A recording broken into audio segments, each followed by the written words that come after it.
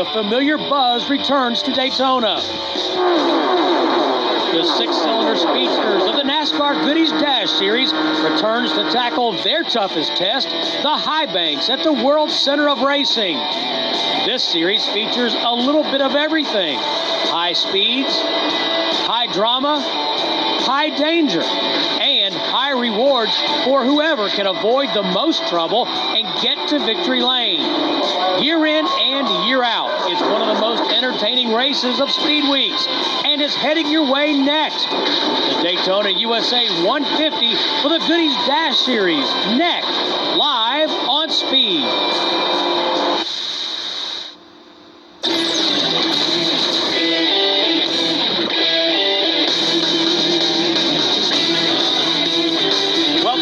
Beautiful afternoon in Daytona Beach, Florida, the World Center of Racing. It's the 24th annual Daytona USA 150 for the NASCAR Goodies Dash Series. Hi, everyone. I'm Steve Byrnes, and thank you for joining us here on the Speed Channel. Well, it's the Super Bowl of stock car racing, and you'll see it all down here. The Daytona 500, the Busch Series, IROC, ARCA. If it's a stock car, it runs here. The first series to race, to take a green flag, the NASCAR Goodies Dash Series. Joining us in the booth, Larry McRenolds, who has won the Daytona 500 here 2 times. Larry, it's the Super Bowl. Well, we're probably the only sport that exists that starts with the biggest event of the year. And all the series you named, it's their biggest event. When you consider the Goodies Dash Series predominantly runs on half-mile short tracks, it's by far their biggest event of the season. Well, we have some crew chief knowledge here. Jeff Hammond won this race in 1989 with Darrell Waltrip, and he gives us a closer look at a Dash Series car.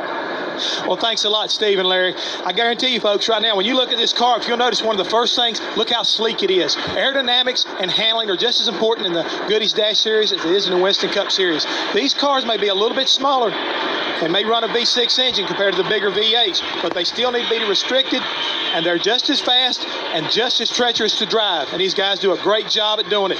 And for more on what it really goes into a Goodies Dash car, Steve and Larry can allude to it. All right, Jeff, let's take a little bit closer look. Larry, right at the top of the screen, the first difference, wheelbase. 10 inches shorter than the Winston Cup car. You look at the difference in engine size, cubic inches, in the compression ratio, and look at the 130 horsepower difference. And here the Goodies Dash cars run an 1 1/16 carburetor restrictor plate, knocks about 60 horsepower out of those V6s, and you certainly see they're much lighter than the Winston Cup cars. 2,950 pounds with the driver. Not as much horsepower, but Larry, these guys haul the mail. They'll run 170 miles an hour. Oh, Steve, they love the draft. They're about 5 or 6 miles per hour faster in the draft than they qualified. Here's the hot spot. This is the spot we're going to be watching.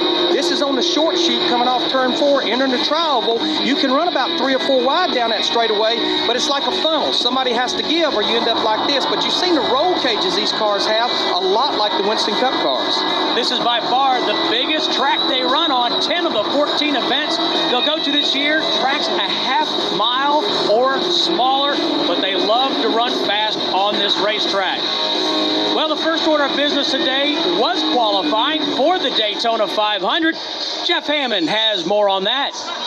That's right, Steve. And one of the biggest surprises of the day is the fact that Jimmy Johnson, rookie of the year candidate for Hendrick Motorsports, is on the pole for the Daytona 500. I talked to the Jimmy Johnson right after his qualifying run, and he told me, he said, Jeff, you're not going to believe this. I almost wrecked coming off the turn 4 on the final lap, but he held on to it and put his Chevrolet on the pole for the 500. Steve? Larry, I think he said rookie. And we got theoretically, we got an all-rookie front row. This is Kevin Harvick's first qualifying attempt for the Daytona 500. 7 Chevrolets, 3 Dodges in the top 10, 3 Richard Childress Racing Chevrolets in the top 10. Larry, as we look at the rest of the drivers and how they performed today, we should note only the top 2 drivers locked in their spot, the front row for the Daytona 500. Everything else is through the 125-mile qualifying races on Thursday, but what we've seen in the past, if you're somewhere in there 20th to 25th fastest, you're probably safe since the end of the field is based on speeds from qualifying. And you see Carl Long, 50th fastest today in qualifying for the Daytona 500. Again, we'll have the twin 125s on Thursday. And the Roush car is really struggling today. Well, it's time for us to go racing here at the Daytona International Speedway. The NASCAR Goodies Dash Series coming at you here on Speed Channel.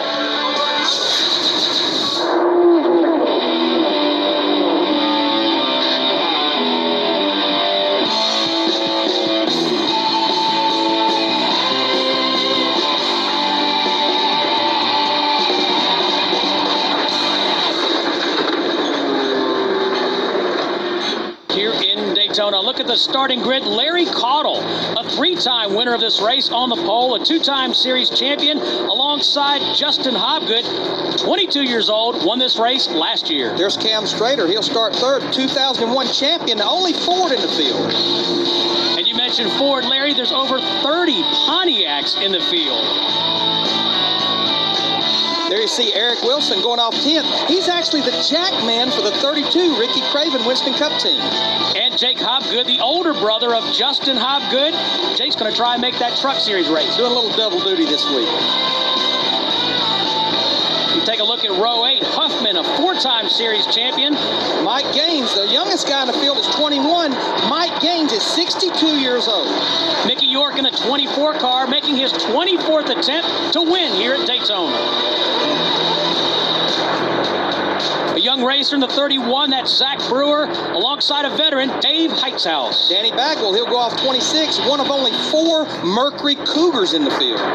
And Chuck Farah in the number 26. He's got pressure, Larry. He just got married last weekend. Plus, he was a fabricator for Penske Racing, decided he wanted to go racing.